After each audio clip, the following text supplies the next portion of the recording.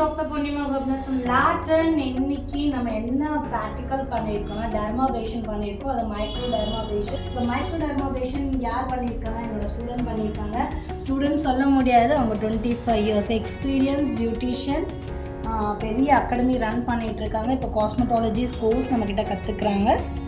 So எவ்வளோ clean ஆகிடுச்சு. So இவங்க வந்து தியரி வந்து ஆன்லைனில் படித்தாங்க, ப்ராக்டிக்கல் டைரெக்டாக பண்ணுறாங்க. ஸோ இதுதாங்க சொல்கிறேன். மண்ணெண்ணன் கிளாஸ் கொடுத்துட்ருக்கேன் அண்ட் ஒர்க் ஸ்டேஷனில் எல்லாமே இருக்குல்ல மேம். ஸோ இந்த ப்ராக்டிக்கல் எப்படி இருந்தது?